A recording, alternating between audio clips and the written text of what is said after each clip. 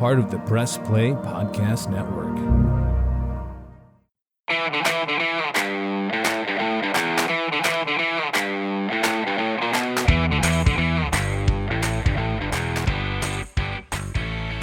And welcome to another Red Guy and Rhoda podcast powered by MGM Northfield Park right here on the Press Play Podcast Network. Shout out to our fantastic producer, Ty Porch, for making sure this gets out to you in the podcatosphere. And Michael Red Guy, lo and behold, wait, what did Lou Brown say? 2 games is good, 3, that's a winning streak. Well, the Browns have won 2 in a row, so they're close to a winning streak. But for the Browns, 2 games is a winning streak, Michael, as they beat the Texans 27-14 in the debut of Deshaun Watson after sitting out 11 games for that suspension. And, well, let's just say thank goodness for I didn't think I'd be saying this, the defense and the special teams as they bailed out Mr. Watson and the offense against the worst team in the NFL today. Well, you just said it right. They are the worst team in the NFL. And Kenny, listen, they're one of the worst NFL football teams that I've witnessed and taken a look at in a long, long time. They just are. So bottom line, you and I might have been able to go in at our advanced age and play offensively and be able to do enough, as you said, with the defense and the special teams today, getting enough done as well to put what is second straight in the win column. So it keeps keep gaining momentum, keep trying to use that to go forward and keep yourself, as we get into December, in a position that you can do some of the things you wanted. That's pretty much it for me. 8-4, Baltimore and Cincinnati, 5-7, 5-7, Cleveland and Pittsburgh in the division. Cincinnati takes down Kansas City today. Baltimore rallies, but they lose Lamar Jackson. For how long, we don't know. Browns might catch a break when they play them in 2 weeks, although they'll travel to Cincinnati this Sunday, so that'll be a tough one for them. Pittsburgh, Kenny Pickett, baby hands Pickett, did enough for them to beat the Atlanta Falcons in Atlanta and Marcus Mariota. So that's the shape of the AFC North with 5 games to go. And let's dive into the story of the day, Michael. Deshaun Watson making his return first regular season game in 700 days, and it looked like it was about 1,400 days since he last played an NFL regular season game. Michael, he was awful today. He was throwing ground balls to shortstop and one-hopping them over to first base and overthrowing guys. Maybe he had some good reads with where to go with the football, but he couldn't make the throws today. And he looked every bit as rusty as I thought he would, even though most people thought, well, it's the crappy Texans. He's going to go in there and light them up like a victory cigar. That wasn't the case. It took special teams and defense to beat that team today. Number one, I have no idea why anyone thought that was going to be the case for him. Yeah. But we'll let that go. Yeah. Be that as it may, that's their cross to bear. All those that thought Watson was going to throw for 300 plus and 3 TDs. Yeah, Kenny, look, you got to have an edge, right? You got to have that edge as a quarterback, and to be able, so much is decision making, yes, but as an NFL quarterback, man, as we know, you got a fine line to be able to make sure you're making throws accurately, and Deshaun Watson did anything but that today. So is it a one-off? Boy, I tell you, Ken, I don't know. I think we may see closer to this version of Watson today than the one that, as we just mentioned a moment ago, everybody thought he's just going to go off and go wild now that he's back. Kenny, it might have to take some time for him to regain just the physical nature of the clock going off in his head and being able to make the kind of throws, that, we saw of him 2 seasons ago, but that's a long time, man, not to play competitive football, and it certainly showed today. Yeah, if they weren't playing the Houston Texans, I don't know if they win that game today, Michael, with the way he played on offense, as the offense did not score a touchdown. You had the Donovan Peoples-Jones 76-yard punt return. Move over, Travis Benjamin. There, the answer to the trivia question is now DPJ 76-yard punt return. You had a pick six from Tony Fields, a scoop and score from Denzel Ward, and two Cade York field goals for the 27 points in order to get that win today. He was 12 of 22 for a $131, no touchdowns, and he threw a horrible pick in the end zone when they came closest to scoring a touchdown on offense today. Ran for 21 yards. So I know Kevin Stefanski was trying to downplay it after the game, and Deshaun Watson, just to be back out there, yada, yada, yada. Yeah, okay, and all of that. But come next Sunday, he plays like that at Cincinnati, and I know the Browns have owned Joe Burrow and the Bengals, but if he plays like that next week in Cincinnati, they're going to get drilled. So he's got to raise his game quickly to help the Browns try and get a victory on the road at Cincy next week. He does, and it's going to be a very, very important week for him from a preparation standpoint, but just and again, you want him now this week on the practice field, Kenny, to certainly put in, and it's going to have to be the physical work of making all the throws and taking virtually every rep. He's got to take 100% of the reps in preparation for the Cincinnati Bengals because, you're right. That has got to take a drastic step up in his ability to throw the football the way the Browns are going to need to beat this Bengals team. You're also right. Yeah, they've owned them. They have. Yep. I think Cincinnati right now is one of the top teams in the NFL, Ken. I really do. I mean, look, in the NFL, you win. In the NFL, it's not going to be 42-7 every week. That's high school and college for the better teams, not in the NFL. And this is going to be a daunting task for the Browns going down into Paul Brown next week.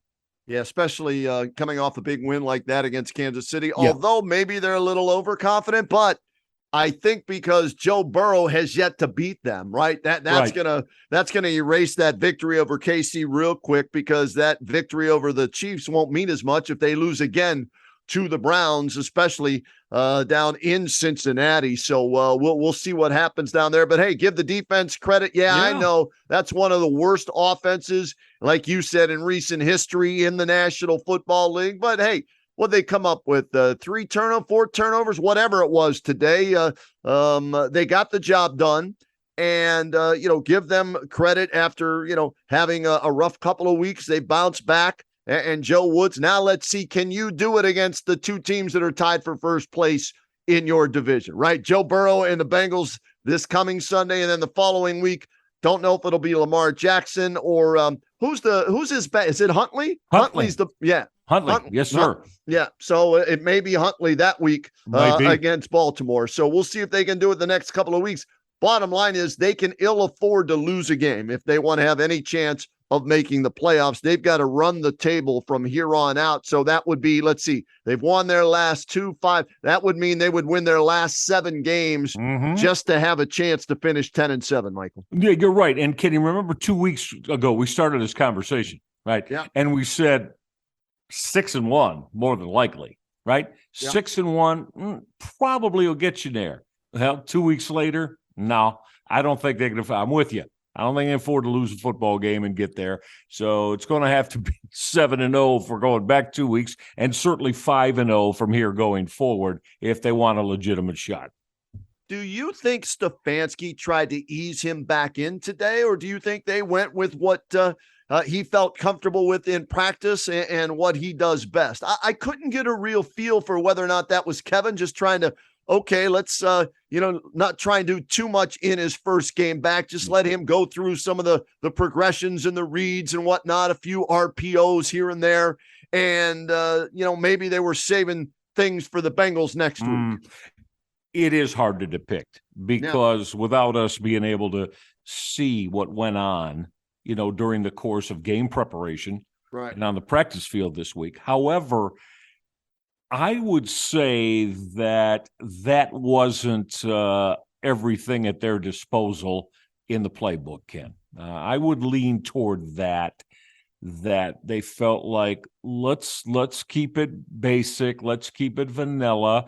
I thought that, you got 136 yards between the strong running back combination of Nick Chubb and Kareem Hunt. Yep. They ran for $136 together. There were times during the game I kind of thought, just keep giving them the ball more. Right. Quite honestly, the two of them. But yeah, so I don't think that was anywhere near a true, accurate depiction of what this Browns offensive system and playbook is going to look like, or at least what they want it to look like. How about if we say it that way? Right. Under the Deshaun Watson time at quarterback, they'll keep adding to it.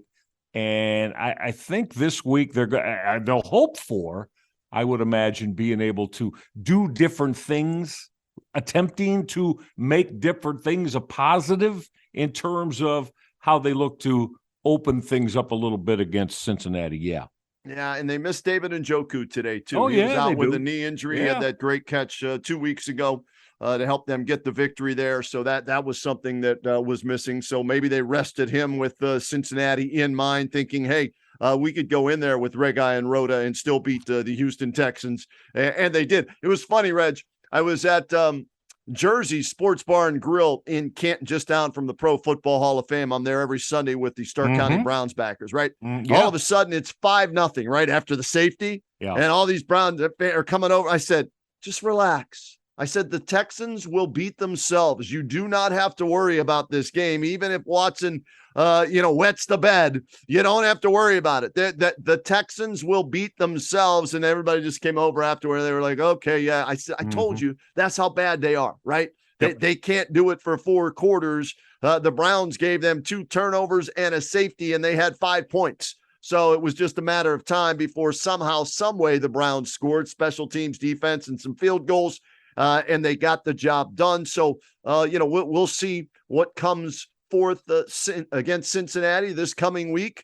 And we'll see if Deshaun Watson, maybe the distractions, he didn't want to, reflect on that because of legal reasons, I guess, is what, that's his cop-out way. He doesn't have to answer questions. He can say that. Probably some truth to it, but he can use that to his advantage.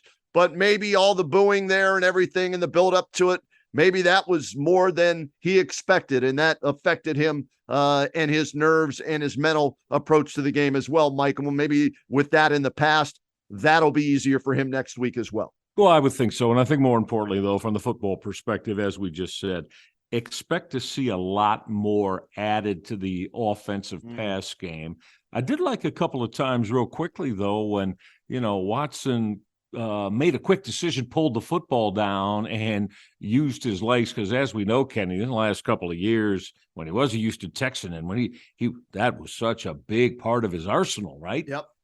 And so I, maybe look to that a little bit more. Maybe add some, some plays that are designed runs for him out of, the pass look. We'll see, but I think it's going to continue to evolve that way. A buddy of mine texted me, said, Roadman, they got the win, and even more importantly, he didn't get hurt in his first game as a Brown. Isn't that the way? Charles Bentley in practice, Chris Spielman, and you know what I mean? Guys going down and not really getting an opportunity.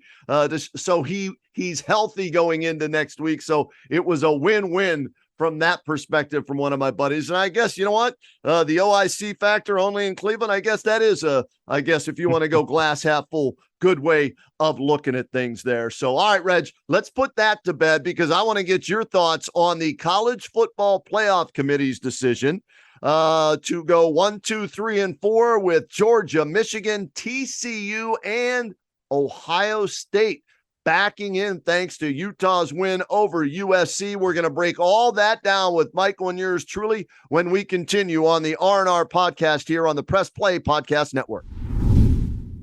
What's up, everyone? I'm Holly Wetzel. And I'm Tybus Powell. And we are your hosts of The Orange is Oranger, a Cleveland Browns podcast on the Press Play Podcast Network. We give you all the dog pound coverage that you'll need to get you through the regular season, hopeful postseason, and I'd say off-season, Tyvis, but is there really ever an off-season for this team? Thankfully for our podcast, Holly, there really never is when it comes to the Cleveland Browns. Don't miss our breakdown of each week's matchup, game recaps, and any and all news out of Berea to feed your Browns appetite. As we know, Holly, dogs gotta eat. Yes, they do. So hit that subscribe button and never miss an episode of the Orange is Oranger, Cleveland Browns podcast on the Press Play Podcast Network. Hey everybody, it's Sam Amico from Cavs on the Break NBA podcast. Be sure to give us a listen for all your Cleveland Cavaliers recaps, analysis, breakdowns, draft talk, free agency. The list goes on and on. Give us a listen, Cavs on the Break NBA podcast. Looking for new insights on the Cleveland sports scene with a unique side of Cleveland sports history? Then you found the perfect podcast. I'm John Sable. And I'm Scott Sable, and we're hosts of the Sable Brothers on the Baseline podcast, a podcast about Cleveland sports, but not your typical podcast about the land's sports teams. Join us as we embark on a journey of sharing a unique and historical side of Cleveland sports history with the help of some former Cleveland sports stars and other historical figures. All right here on the Sable Brothers on the Baseline podcast, part of the Press Play Podcast Network.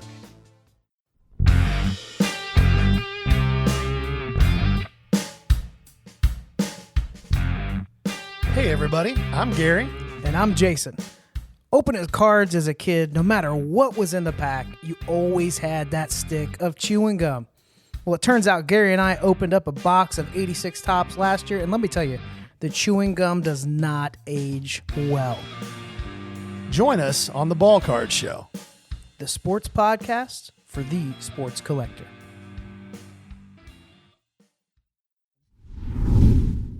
And welcome back to the R&R podcast powered by MGM Northfield Park. Northfield Park, your home for live and simulcast racing. Catch the excitement of live harness racing every Monday, Wednesday, Saturday, Sunday evening at 6 p.m. Post time is 6 p.m. on those days, so get on out there, enjoy that, wager and win daily on top thoroughbred and harness tracks from around the world with action starting around noon. Plus, enter to play the free handicapping contest every Sunday for a chance to win cash. That top prize, $500. Registration begins at 11 a.m. Free admission, free parking every day at MGM Northfield Park. All right, Michael Regai, it was, for me, the flu kicked my ass this past week, by the way. Let's get this out there, all right?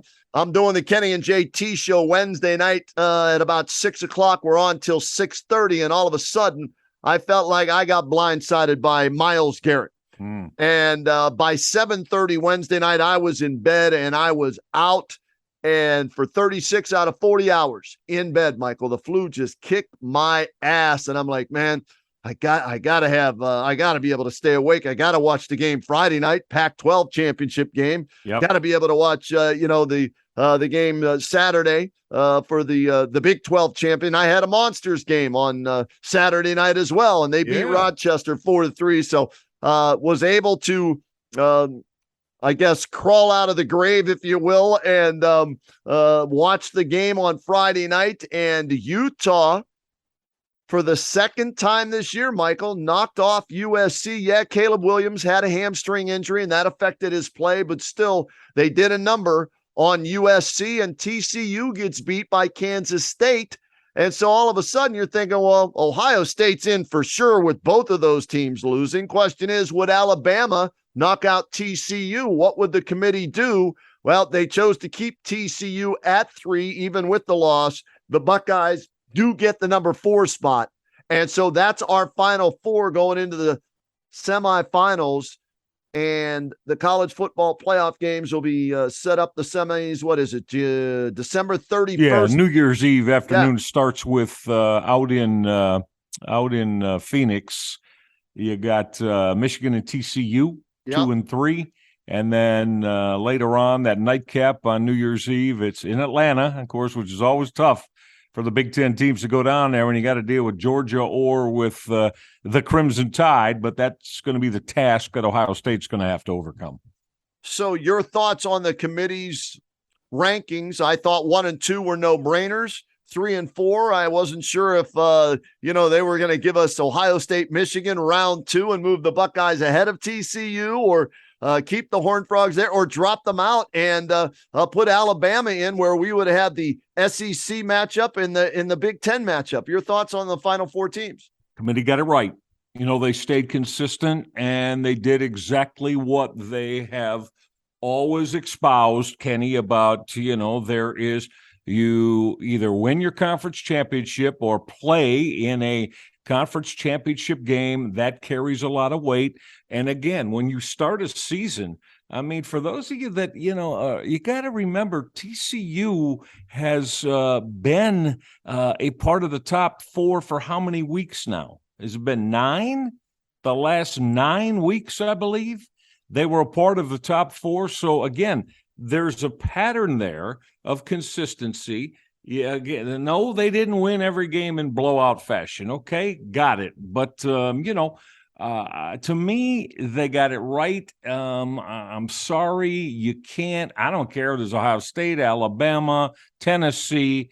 You can't move them, all 3 of them, up to number 3 with losses and did not win or even, hey, look, Ohio State didn't even win their division, let alone win the Big Ten. Right. They're coming off a loss where they got blown out, but now you want to move them up over TCU now. That's not the way this thing is supposed to be made, consistent. So I think they got it right consistency-wise. I would not have liked if they moved either Alabama or Tennessee into the 4 spot over Ohio State either. That wouldn't have been right. And then, Kenny, though, the big loser is in this, as you alluded to. I tell you what, Lincoln Riley and your Southern California Trojans, man, that was horrendous. Because Kenny, none of this even is conversation piece, right?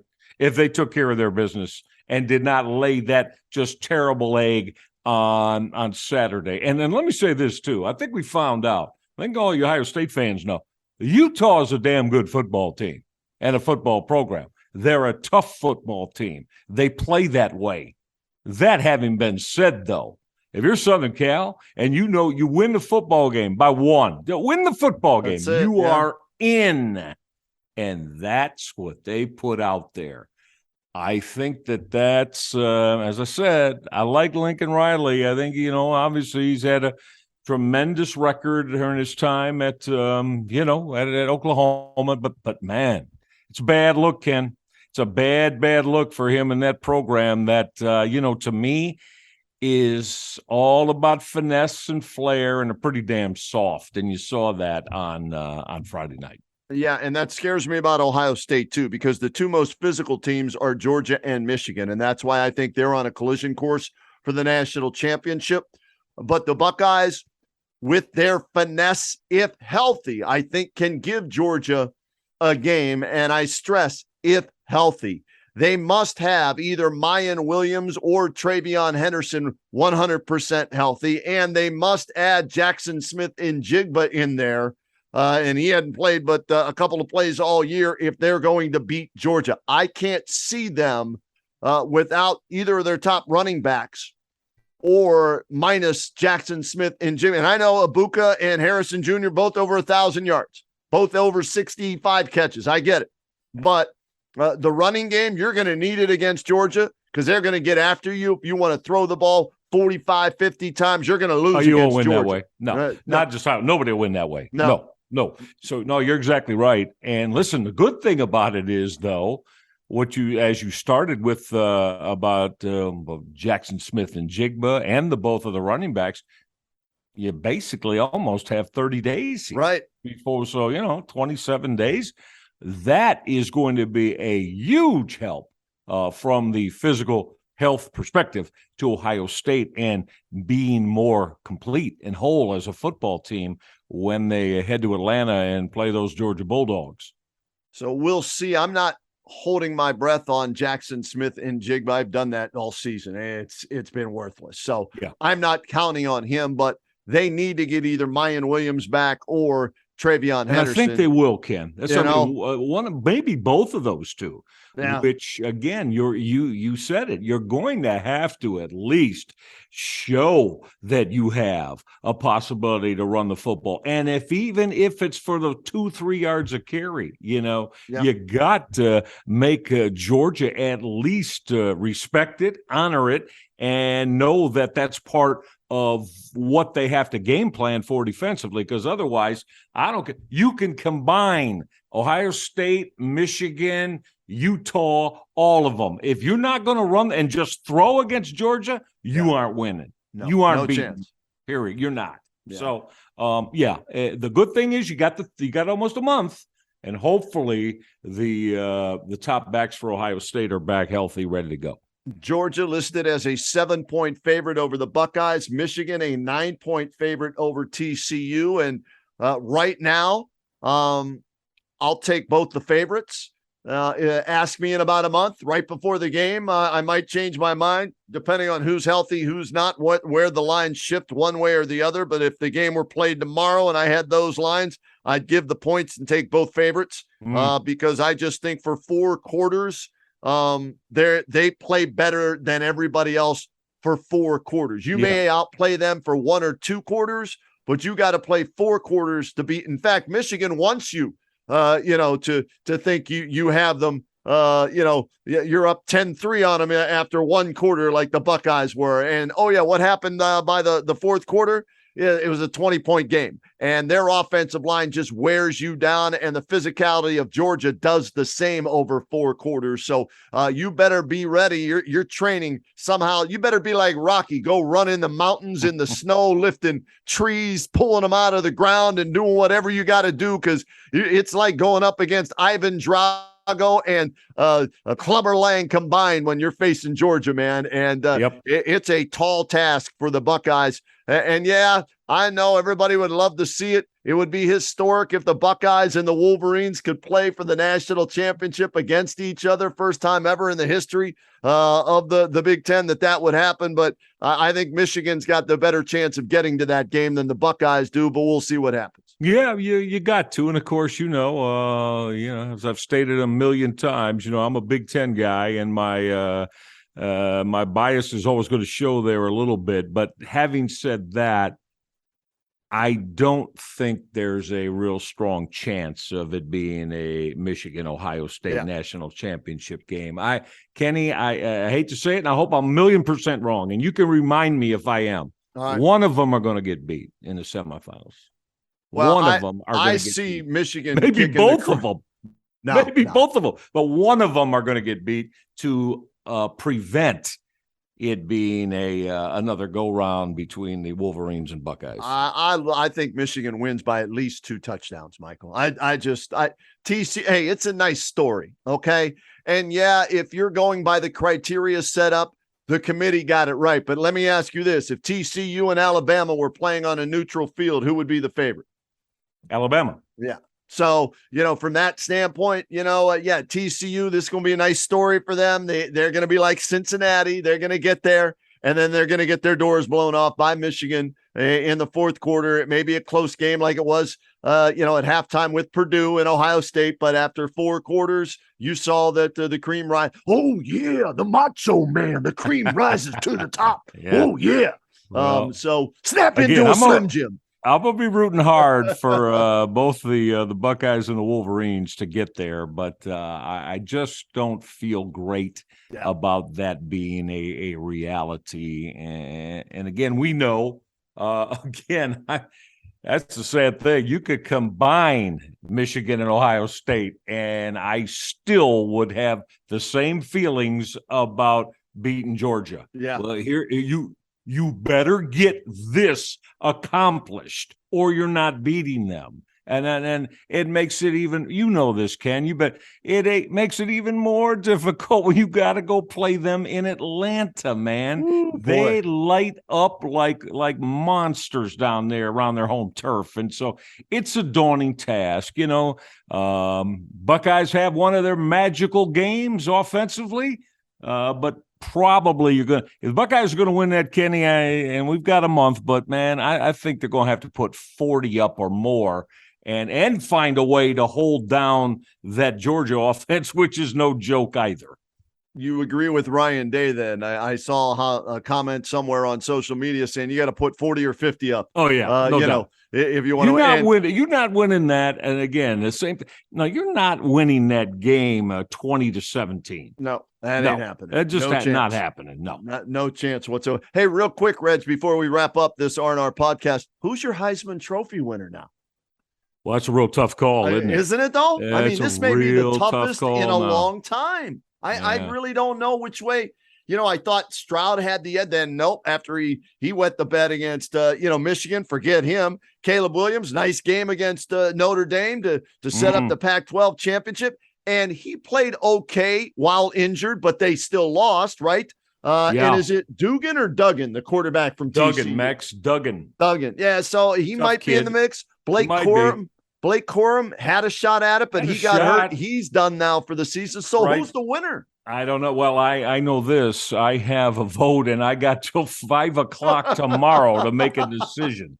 Okay. So I'm glad you asked me that. And right now I am perplexed as to which way I'm going to go. I really do. I'm not sure. And like I said, by 5 o'clock tomorrow, I got to turn it in. And so, we'll see what I come up with. I'm going to keep Duggan in the conversation. Right. Kid's had a tremendous year. And again, it's about the whole year. So I'll tell you what, Kenny, we'll see. But I think there's going to be more voters like myself that right now are sitting here less than 24 hours away from putting your vote in and not sure which damn way you're going to go.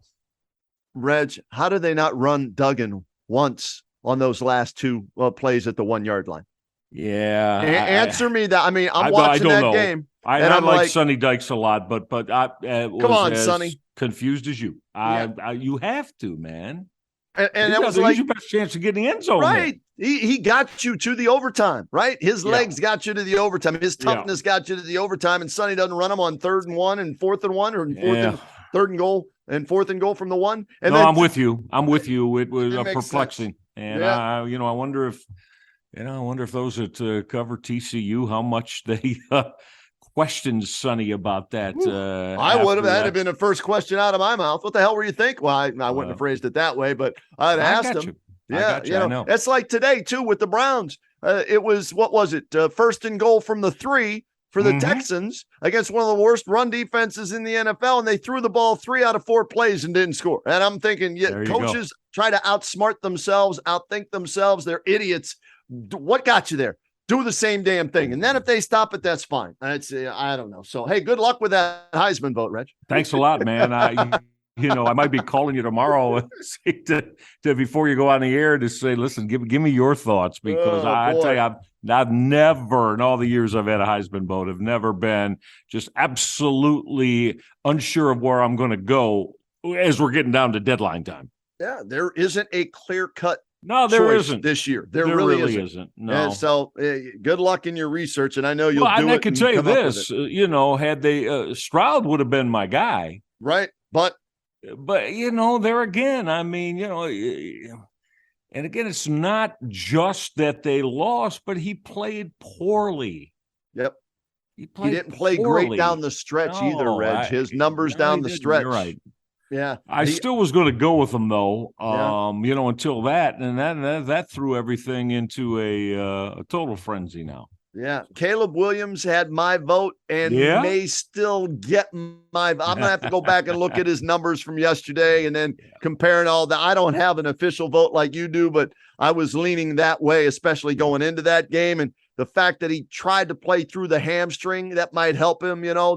I don't want to call it the sob story, but everybody feels sorry for him, and he still put up these, because when he was healthy, Reg, on those first 2 drives, he was the guy. Yeah. Either him or Stroud. Either him or Stroud. Yeah, so we'll see how that plays out, but should be a fun stretch to the games with all the other bowl games. Congratulations to Toledo, winners of the MAC. I got one thing right this year, Reg. When I watched them play Ohio State earlier this year, I said, with that kid, what's the kid's quarterback's name?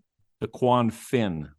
When I saw him do what he did against Ohio State in spurts there, I said, they're going to win the MAC based on his talent alone. And I was impressed with that kid. Yeah, and he was hurt down the stretch and didn't play in a couple of the final MAC games in the regular season. So, but yeah, when he had a chance to show it off yesterday, he did. In Ohio, I feel bad for them because they lost their quarterback, Nathan Rourke, and we're so banged up too. So, but hey, you know what? That's what we know a season is, and you gotta be ready to overcome that. You hate to see it happen, but nobody wants to hear any kind of excuses for what injuries you have and why that impacted you. Well, sure, your quarterback, we know it's going to impact you, but you got to be ready for that and find a way. So you're right. I mean, that's just what football is. No doubt. All right, Reg, we'll do this again next week after the Browns and the Bengals play. We'll see what Deshaun Watson can do in his second game as a member of the Cleveland Browns. We'll know who the Heisman winner is by that time and dive into a whole lot of other things. All right, bud? You got it, buddy. Always good to chop it up on R&R.